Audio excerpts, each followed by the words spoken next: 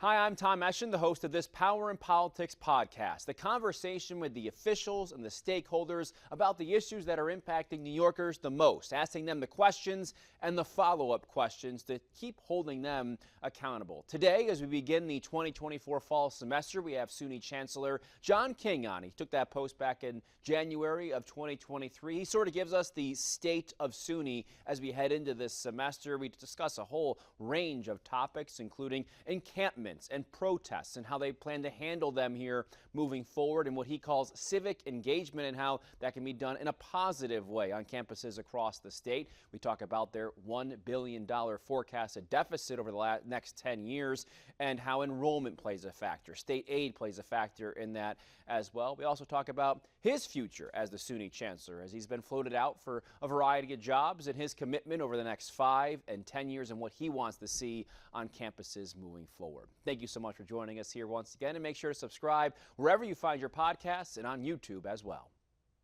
SUNY Chancellor John King Jr. joins us now. Thanks so much for coming on, and I know it's a busy time of year for you, I'd imagine. Yes, absolutely, with the start of the academic year, but it's an exciting time. I know there's a lot of different things we have to get to, but first, if you can sum it up, the state of SUNY here as we begin the fall semester of 2024, where are we at when it comes to students, enrollment, and what you have going on campuses? I know that's a loaded question, but if you can sum it up quickly for us. Sure. Well, SUNY's on the move, and bottom line is our enrollment was up last year for the first time in a decade. We're optimistic about this fall. We're delivering high-quality, affordable education across our 64 campuses. We're leading the way on research. Governor Hochul launched the Empire AI initiative, a huge investment in New York's leadership in artificial intelligence that will be based at University at Buffalo. So we're excited about the coming academic year and feel like we've got a lot of good momentum. What are you hearing? You make stops around the state quite consistently. What are you hearing from students right now? What are they looking for in an experience and an education these days here in 2024? Yeah, certainly students want to make sure that their education is going to lead to good opportunities after they graduate. One of our commitments at SUNY is to make sure every undergraduate has an internship experience, because we want students to feel confident that when they leave SUNY, they'll have a degree in hand, but they'll also have a pathway to a good job and a sustainable living.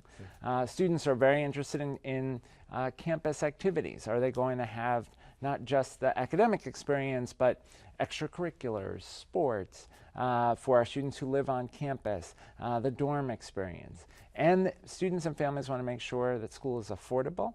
We're fortunate. New York is very committed to affordability. Governor Hochul and our legislative champions have made sure the resources are there to keep SUNY affordable. Our tuition at our four-year institutions is just over $7,000, a lot less than people are paying in other states or even at private institutions in New York. Yeah, they just got through that tuition assistance program, right? What kind of factor do you think that plays in? I know that was a big point of emphasis during this year's legislative session. Yeah, that was a fantastic achievement. So the tuition assistance program helps low and middle income New Yorkers afford college. Because of the changes that were made in this last budget cycle, about 44,000 more students will see their aid increase this year across SUNY. The income threshold for families was raised. Used to be $80,000 to access the TAP program. Now it's $125,000. That was a huge step forward. So we're excited that students will have even more support to get to and through college. Because that $85,000 threat, that goes back decades, right? Exactly. So this was sort of an update of just the sign of the times, if you will. That's right? exactly right. Yeah. One of the points of emphasis for you appears to be civic engagement on these campuses. Why? As we head here into an election season and we have all sorts of things going on in that realm. Yeah. Look, last spring, we saw at college campuses across the country a real challenge of students not really protesting in a way that was respectful. Sometimes the language that students were using moved from expressing political views to expressing hate and harassment. That's never acceptable. And at SUNY, we're committed that our campuses are going to be safe places, that our students are going to learn how to express their views respectfully, that we're going to have a healthy civic dialogue about the hard questions we're grappling with as a society. So we're making sure that we make clear to students at the beginning of this academic year all the rules around how, where to protest. But also making sure that we're encouraging thoughtful discussion of tough issues in classes and on our campuses. Where is the line? Is there a way to define that between what crosses free speech and the First Amendment, between actually also speaking out at the end of the day? Yeah, look, it comes down to we are never going to allow anti-Semitism, Islamophobia, or other forms of hate on our campuses. We are never going to allow students to harass or discriminate against their peers, but we do want to protect free speech and the right of students to express a view about a policy. I think the U.S. policy should be X, or I'm critical of this other country's policy. That's fine. That's within the bounds of free speech. But you can't attack somebody's identity, their ethnicity. That's never acceptable. I know state lawmakers, federal lawmakers, congressmen and women have, after watching what happened in the spring at different campuses, not even just in New York, said, well, maybe if these things aren't handled correctly, we'll pull funding, whether that's state funding, federal funding. What do you make of some of those, some of those threats, if you will, and how do you handle that? Look, the civil rights law is very clear on this. The students are entitled to feel safe on campus. And it's the job of the federal government and state government to enforce that. I really appreciate that Governor Hochul's been a great partner. Her team has worked with us to make sure that our campuses are safe. All of our graduations went off last year without any disruption. That was a really important achievement, and that's because we've been very clear about what a safe, healthy climate looks like on campuses. Now, we did see some institutions, like I said, beyond just SUNY or what have you, and it was Columbia bringing in NYPD and bringing in law enforcement. Is that something that is a part of a protocol, I guess, would you say, at the SUNY level? If that were to be the case, if something were to happen? Look, because safety is paramount, we've got to make sure that campuses are orderly, that students are able to get to class, that the behavior is appropriate on campus. You don't want to have to rely on law enforcement, but sometimes that's necessary. And we try to be very clear on what we call our content-neutral time, place, and manner restrictions. Here's where you can protest. Here's the hours you can protest. You can't stand in front of someone's dorm room with a megaphone screaming at 2 a.m. You can't block someone's entry into a classroom. You can't block someone's entry into their office. And if students aren't adhering to those expectations, there's campus consequences, but sometimes it is necessary to involve law enforcement. We saw that across the country last year.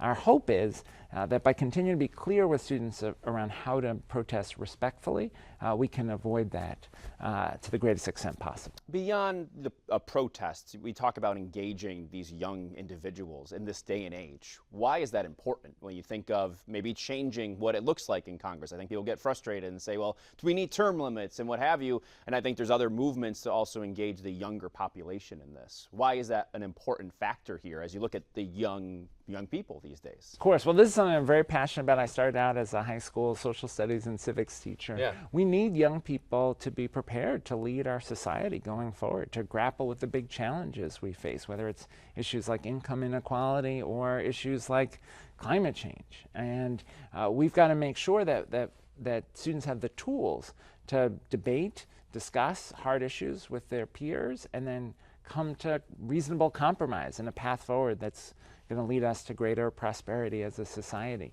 So those conversations have to start in our classrooms. And so one of the things we're doing, we have a set of civic engagement fellows, faculty members who've been selected across the SUNY system, who are working with their colleagues to support healthy civil discourse in classrooms. And when you're arguing with someone, question not only their assumptions, but your own assumptions.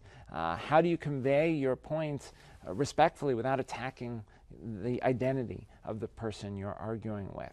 How do you make sure that you're digging into the facts, the nuances, the history before you state an opinion that might not be well informed? So we're doing that work with our students. We're actually making civic discourse a part of our general education requirement across all of our SUNY campuses. How much has that changed? I think you had a pulse, of course, on the national level in the Obama administration since, was it 2016-ish, around that time period between then and now. What is the biggest difference? Is it the fact that you mentioned, you piqued my interest when you mentioned some of that information they get, and it's in a different way, of course, than it was 8 years ago. Yes. How has it, from your perspective, changed from then to now when you had a pulse at the national level too?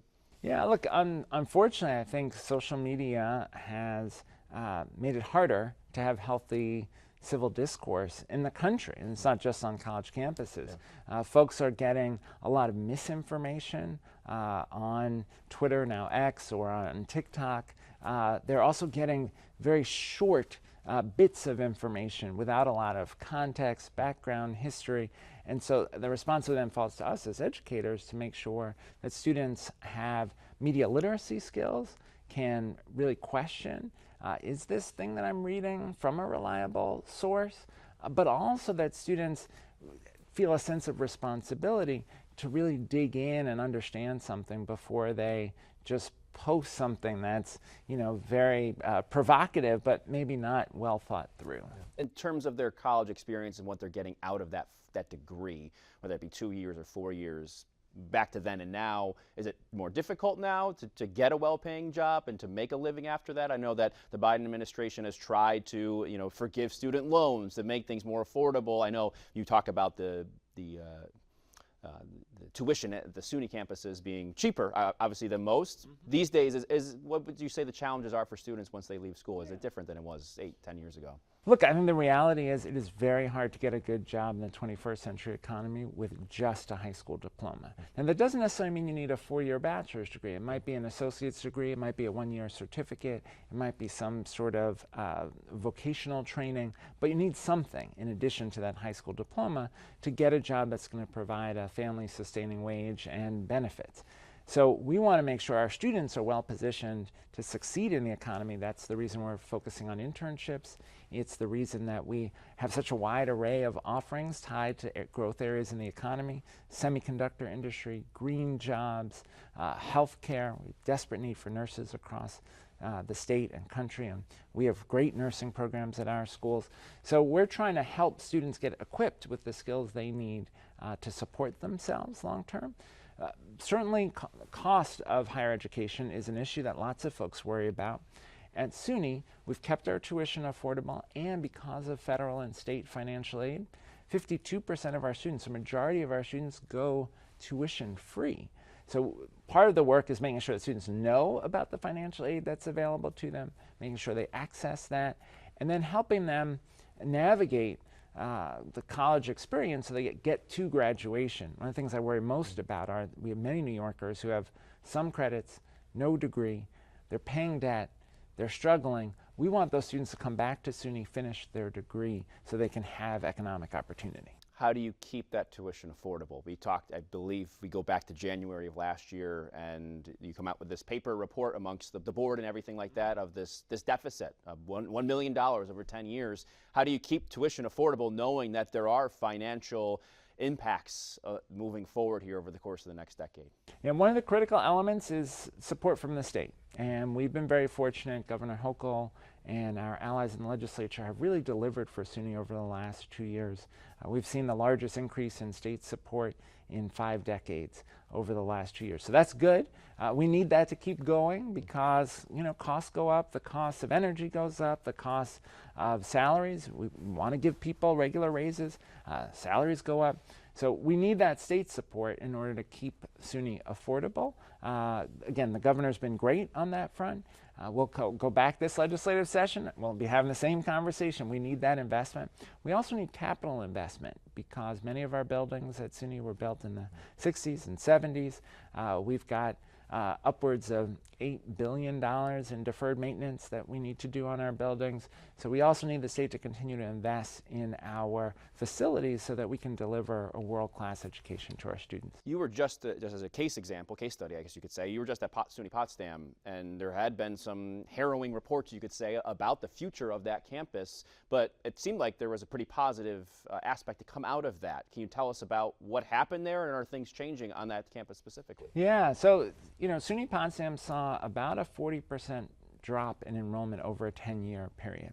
And unfortunately, adjustments weren't made to programming, to staffing, to reflect that much smaller enrollment.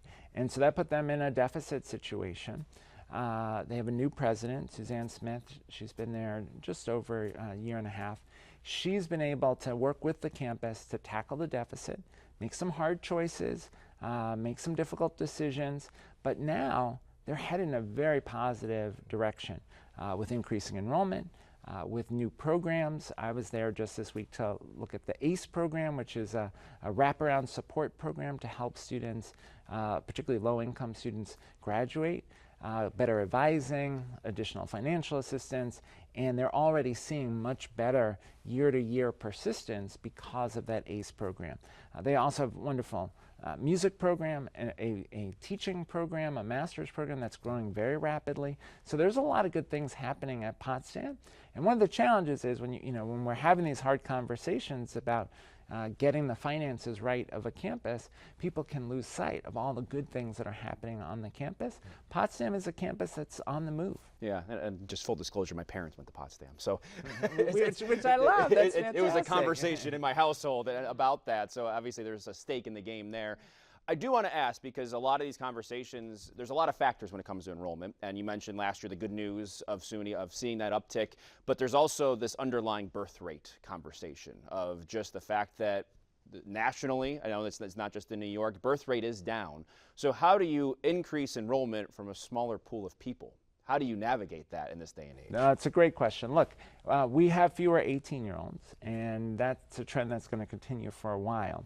But the beauty of a system like SUNY is we're not just serving the 18 to 22-year-olds. We're actually serving a lot of working adults who are trying to get ahead at the workplace. They're trying to take some additional courses, complete an additional certificate, or get that degree that they maybe didn't complete earlier. We've got lots of graduate programs that are helping folks get into careers, whether it's as an architect or an engineer. We've got lots of programs that are short-term, micro-credential programs that are a way for someone to get an immediate, specific skill that's going to help them in the workplace. Those programs create tremendous opportunity for growing enrollment. So we've got to think not just about how do we serve that traditional 18-year-old who's coming straight out of high school, but how do we serve all New Yorkers and provide educational opportunities across every field, including people who want to change fields. We've got Micron coming to the Syracuse region. That's going to bring 50,000 jobs for Micron and then the supply chain companies. There are folks who are working today, maybe they're working in a job they don't love, they're excited to move into the semiconductor industry. They're going to need to come back to school, and we want to make sure SUNY is there to help them. You mentioned the state aid, you mentioned these programs and trying to invigorate this population, not just 18-year-olds, but beyond that. Is the model sustainable right now over the course of the next 10 years? We believe it is. That said, when you look nationally, I think we are going to see particularly some of the small private colleges that do not have a lot of resources close. College of St. Rose is an example of that, if they aren't able to sustain enrollment. So there's going to be pressure on the higher ed sector, but in public higher education, our mission is so tightly bound to New York State's economic development. I think we're well positioned to thrive going forward across all 64 of our campuses. I wanted to ask about affirmative action because I think it was just this week the reports that were a lot of some institutions seeing drops in Black and Hispanic students coming in, and that this is of course on the heels of the Supreme Court in effect striking down affirmative action. What do you make of that, and what does this system do to help diversity on campus? Look, it's really sad for the country. We need a diverse pool of folks going into our economy. We need a diverse set of leaders in our society. And so I think the Supreme Court made a terrible mistake in saying that colleges couldn't consider race in the admissions process. That said, at SUNY, we're committed to diversity. And we're going to advance that through every tool that is legally available to us. So in our admissions process, after the affirmative action decision, we committed to look at first generation status. Are you first in your family to go to college? Low income status. Are you a veteran? Did you participate in the AmeriCorps program doing public service? Did you overcome adversity in your school or community? And the Supreme Court left open the possibility for students to talk about how race may have impacted them in their essay. So we're considering all those elements in our admissions process. We're also doing a lot of recruitment to make sure that we reach some of the communities where college-going rates are lower. We want those students to know the opportunities that are available to them. So we're hopeful that we can avoid some of the drops that we've seen in diversity at some of the nation's most selective colleges. Yeah. But I think it's a real worry for the higher ed sector. How do we ensure that we're serving a population that represents all of New York, all of the country? And it feels like that plays into getting those perspectives in what we talked about at the beginning of this conversation, the civic discourse, right, at the end of the day. So you can have more than one person talking and kind of, you can have that conversation a little bit and with a wider range of perspectives, right? That's right. This is about the richness of classroom discussion. It's about the kinds of research questions you pose. All of those are better if you have a diverse set of folks participating. They're bringing their different experiences, their different life stories, their different histories into that discussion. We want that, and so we've got to work to make sure we maintain diversity across our institutions. Is that all personal for you as African American, a Puerto Rican man in this place, in this role, to see this and make sure this is an investment? Absolutely. Look, I know that my own experience getting the opportunity to pursue higher education, to be in classrooms that were diverse, was richer because of that diversity. And it is important, certainly in advancing New York's well-being, that African American communities, Latino communities, Asian American communities, our Native American communities have access to higher education. My mom was the first in her family to go to college. She went to Hunter. She'd come to New York City from Puerto Rico as a child, learned English in the New York City public schools. Hunter and the CUNY system made possible her life and mine. We don't want to lose that in New York, and we won't. We're going to fight to make sure that our campuses provide opportunity for all New Yorkers. At this point in your life and your career, what does the future lie for you personally at this point? Yeah. Look, I feel very blessed to be leading the SUNY system. We are doing exactly the thing public higher education is meant to do, creating a pathway to opportunity, creating social mobility for folks, and advancing the state's economic development. So I love my job. I love the opportunity to be on our campuses, to talk with our students, and to hear their stories, and to help them succeed. So I feel very fortunate to be in this place, particularly with a governor who cares so much about SUNY. Governor Hochul has just been an incredible partner. Do you have a vision, maybe not just for yourself, but for the system 5 years, 10 years down the road? What do you want it to look like? Yeah, look, our Board of Trustees and the governor, when I first joined SUNY in January 23, one of the things they all said to me was, we want SUNY to be the best public higher education system in the country. That's our commitment. That's what we're working towards. That means every one of our campuses needs to help students not just come to college, but graduate from college with a meaningful degree or credential that will allow them to succeed. It means our 4 university centers, Stony Brook, Buffalo, Binghamton, Albany, they need to be leaders in the research that will drive our economy forward, whether it's the battery research that's happening at Binghamton, or the climate resilience research happening at Stony Brook, or the artificial intelligence work happening at Buffalo, or the semiconductor research that's happening at Albany. So we're going to continue to work to make sure that SUNY is leading the way for New York and for the country. As someone, I competed against SUNY colleges in college. As athletics, where does that fit into this grand scheme of things? Just that's a personal question, because I went to Ithaca College. I wasn't a part of the SUNY system, but we competed against SUNY Cortland, things like that. Where does athletics fit into this future? Sure. Well, SUNY Cortland just won the National Football Championship. Congratulations, as the rival, I guess. But as an unbiased news person, I can say congratulations. I am aware. Thank you. We're excited about that. Thanks for the reminder. Hoping to repeat, right? Yes, absolutely.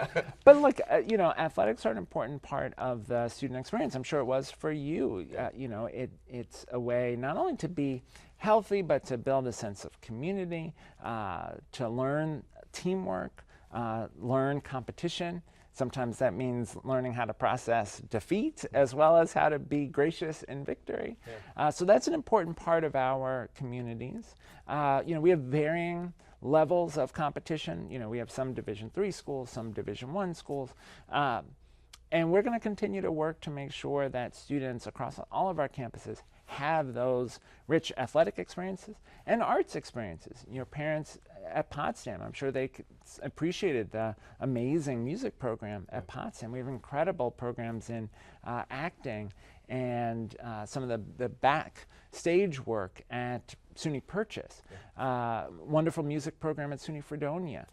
We really try at SUNY to have something for everyone. There's a place for every New Yorker at SUNY. Chancellor King, really appreciate your time. Thank you and enjoy this semester. Thanks so much. Yeah, thanks. Thanks for listening. Hit the subscribe button right now so you can stay up to date on these news-making conversations about the issues impacting New Yorkers the most: power and politics.